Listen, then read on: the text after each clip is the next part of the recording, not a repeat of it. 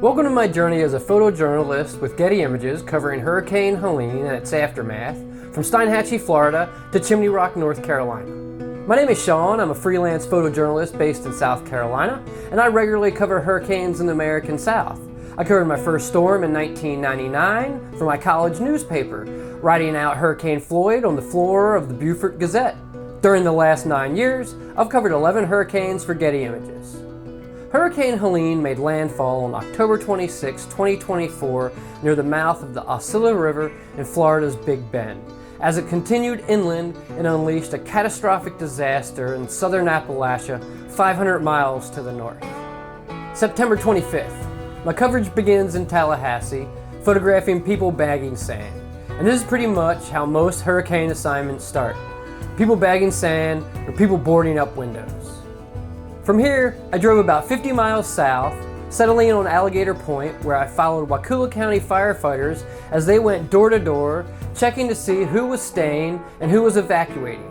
In my time with these guys, about 90 minutes, I think we came across one man who said he was going to ride the storm out on Alligator Point. September 26, I spent the day bouncing between Panacea and Tallahassee, keeping an eye on high tides and warnings from local residents about flooded roads. These dudes in Crawfordville were planning to ride the storm out in a tattoo shop. I spent most of my time in Tallahassee hanging out with college students from Florida State University. I went to bed early around 8 p.m. and slept through the storm. I woke around 3 a.m. to find the capital city in decent condition. Power and cell service remained, and Tallahassee appeared to have dodged a bullet. Steinhatchee, 90 miles to the southwest, was on the dirty side of the storm's landfall, so I headed here. In the dark, I encountered a staging ground for emergency personnel at a gas station, using John boats, airboats, and troop transport trucks for search and rescue. This road in the town was flooded.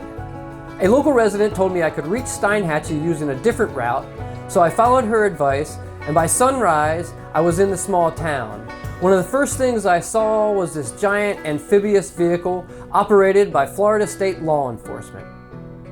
Most of my gear got wet when I stepped off a duck boat involved with search and rescue. For the remainder of my coverage, an additional 6 days, I'd be without my second body or my drone. I do a lot of walking while covering storms for multiple reasons.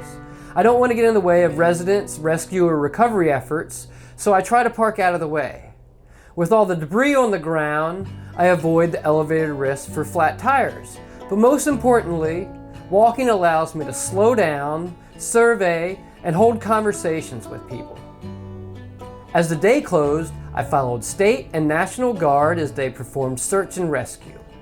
I made photos in Steinhatchee until sunset, edited, captioned, and filed photos and video until about 10 p.m., drove to the Georgia border, and overnighted at a truck stop. By sunrise, I was making photos of a damaged building in Valdosta, and then moving on to Asheville, 420 miles to the north. My first goal heading into Asheville was the Biltmore village, and after one detour, I was here. Wandering around the devastated village, I met most of the people I photographed, and the dude riding the one wheel showed me the dead fish and the historic flood sign from 1916. That evening, I overnighted in the parking lot of the Scenic Hotel at Biltmore Village. I chatted with the owner, who said they had no utilities, but a few remaining guests. Later, a man approached me in the dark looking for jumper cables. I didn't have any, but I let him use my jump starter. About an hour later, he returned with a younger man covered in mud, very appreciative of the use of the device.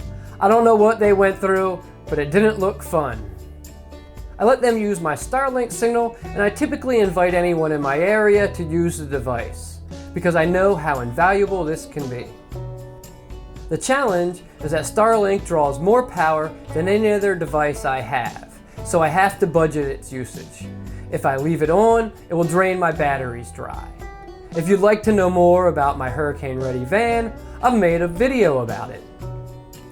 September 29th. I woke and returned for a short walk in the Biltmore village, filed photos, and made my way for a new dateline. I had heard a lot of chatter about Chimney Rock, so this became my new target. Covering storms, I typically identify target locations in coordination with my editors, and try to work my way there. In the process, I'll find stories, newsworthy scenes, and leads to new targets. I tried Route 74 from Asheville, but ran out of road approaching Girton. It was here in this area, while refilling from my gas reserves, that a couple drove by and gave me a freshly baked biscuit. I had to have them put it on my elbow because my gloves were covered in gasoline. From here, I learned that Chimney Rock might be accessible using a route through Ruthefordton. This took me through Fairview and Fletcher via Cane Creek Road, where I followed a chainsaw crew that got me back to I-26. From Ruthefordton, I tried 74 again, but couldn't get past River Creek Campground, where Richard Goddard told me the story about how he swam for his life with his dogs. I overnighted in Marion in a Starbucks parking lot. As the sun rose, I was in Old Fort, a short drive west on I-40 from Marion. Traffic was being diverted here because of a large landslide near Black Mountain. The town looked like it had been hit hard, so I stopped and explored and met Charlie Piles and Ed McMahon. McMahon told me this incredible story about how he was evacuated during the storm by the National Guard, who took him to a McDonald's that wouldn't receive him, driven around for a few hours, only to be returned to the Hardee's in Old Fort, which is where McMahon works, about 2 blocks from his house. From Old Fort, I took Batcave Road, and at Crooked Creek Fire Department, I came across staging grounds for rescue teams, including FEMA, National Guardsmen, federal prison officers, and out-of-state fire departments. I talked with a man warning motorists about a compromised bridge and was able to learn a lot about the area. After several days of all gas and no brakes, I was finally able to slow down a bit. I asked the National Guardsmen who were working with FEMA if I could accompany them, but they declined. After photographing and asking other rescue teams at the staging grounds with no success, I decided to move on to Batcave again. Along the way, a man riding a moped lured me on a detour when he asked, "Want to see something crazy?" After winding on roads out of the apocalypse, he pulled off at his residence and informed me that the neighborhood ahead had suffered multiple deaths. About 2 miles from the headwaters of the Broad River, I met a man who lost his parents in the storm. He told me about how 3 separate waves of water, mountain, and forest decimated the neighborhood. A previously unnamed creek was now named Craig Creek, sharing the last name of the deceased. The man told me this story after I was threatened by someone angered by my presence making photos in an area where people had lost their lives. The man who lost his parents said, "That's not us. I'll take care of that." As a helicopter landed in a residential front yard and someone operated an excavator at a pile of funneled storm debris disappearing Flat Creek Road, I began to understand the differences that gravity plays in storms in the mountains versus those in coastal plains. When storm surge on the coast picks up a car or a tree, it carries it horizontally, working against the forces of gravity. In the mountains, gravity is harnessed, and we get a completely different experience with the force equals mass times acceleration equation.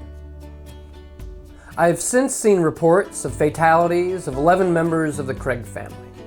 I overnighted once again in nearby Marion, this time at a Walmart, which was open, allowing me to restock on supplies and get some food that required refrigeration. As the sun rose, I was still trying to get to Batcave, but also trying to document the devastation of the roads. My previous day's route was no longer navigable, and my new efforts put me near Black Mountain, so I stopped here. I bought pet food for a community that I passed on the way in, and left it in trash bags hidden under branches at a drop spot on the way back to Batcave.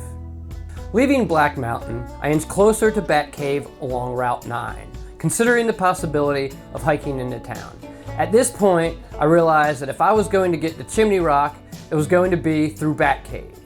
When I got within 5 miles of Batcave, I started feeling really good about my prospects, because the previous week I had run 40. About 2 miles from Batcave, I came to a huge landslide blocking Route 9. After talking to firefighters about hiking through such an obstacle, I decided to wait for search and rescue team to follow in. Hiking with a group allows me to photograph people navigating these challenges, and it helps me remove some of the dangers associated with going into unknowns alone. Covering a storm as a photojournalist is a series of calculated risks. The goal was to minimize the ones that you encounter. The first part of the hike into Bat Cave was probably the most challenging. The landslide covered several hundred yards of Route 9, which fell off steeply on the right. A tangle of trees, boulders, and boot-sucking mud took 20 minutes to navigate, and after which, one was filthy. Shortly after this, another landslide crossed Route 9, but it wasn't as big and it had been cleared to some degree. Eventually, the road started falling off into the river. During the final stretch, there were ladders to climb and a rope to hold on to, as I hugged a small cliff where the road used to be. Arriving in Bat Cave, I first met a father, Avery Sherrill, and his two sons, Atticus and Michael, recovering what they could from their family pottery tool business. The youngest son held onto a rope tied around his brother, who was inside the building with no exterior wall, hanging over the broad river. From here, I explored the section of Bat Cave along Route 9 that leads into Chimney Rock. I met Marie O'Neill, who was excited that I arrived in time to photograph people using a ferry to move a gun collection across the broad river. I continued exploring the damaged town and eventually hiked back out of Bat Cave. At the big landslide on Route 9, I encountered a group of folks trying to make a path through the landslide for UTVs. After talking with locals and firefighters, I determined that it would be okay to overnight in front of an unoccupied house on Route 9. It was here that I met a group of men who had tried to hike into Chimney Rock but turned around only because they were running out of daylight. They said that they could do it if they had started earlier in the day. The folks trying to make the path through the landslide for the UTVs were stuck there until 4 a.m., and they never got through. I headed back down to Bat Cave on foot, but after the first landslide, I found a ride in the back of a UTV on a side trail in the town. The previous day, locals had spent time clearing this route. After this, I didn't have the full hike into or out of Bat Cave anymore, each time catching a ride in one of these UTVs or side-by-sides with the volunteer fire department. In Bat Cave again, I documented the scene while talking with folks and waiting for a search and rescue team that I could follow into Chimney Rock. Eventually, I found a group of dudes who knew each other from church, many of whom had military backgrounds. This civilian search and rescue team originally formed to check on one of their own loved ones.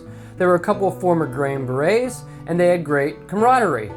One dude worked in water filtration, and we refilled our bottles from the broad river on the way in. They said that the chief at the Bat Cave Volunteer Fire Department had asked them to check structures on the way to Chimney Rock. They were basically looking for people who needed assistance and any deceased. After trekking through boulders in the riverbed, we came across multiple other search and rescue teams. Some were civilian, and one was New York Task Force 1, a FEMA search and rescue team made up of NYPD and FDNY. They were identifiable by their helmets and were accompanied by canines. The civilian team I shadowed learned from these groups that search and rescue teams were no longer needed in the area.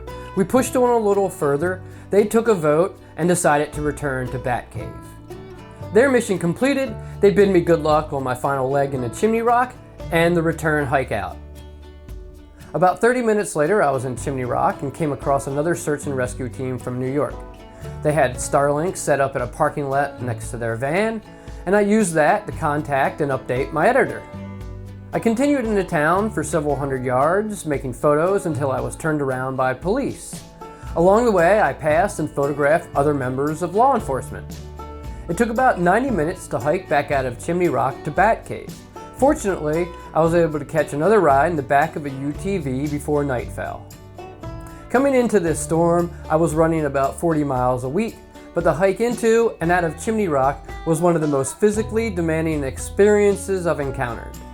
I overnighted once again at the same spot near the landslide and was able to make an easy return to Bat Cave the next morning.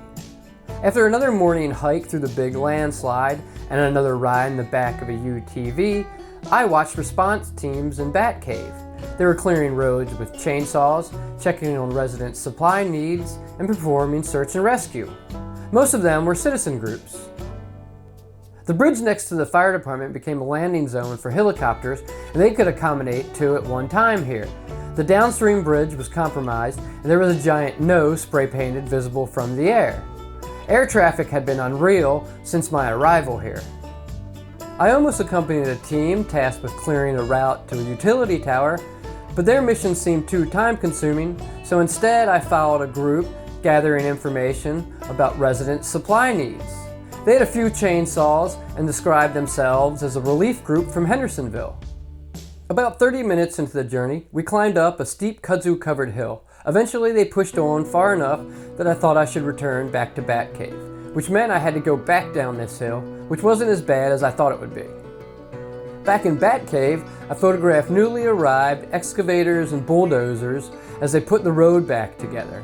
When it was time to hike back out, for the 4th time this week, I caught a ride in the back of a UTV with Glenn Elliott. This concluded my coverage of Hurricane Helene for Getty Images. A big thanks to Pierce, Sandy, and Jerry for help on this storm and all the others in the past.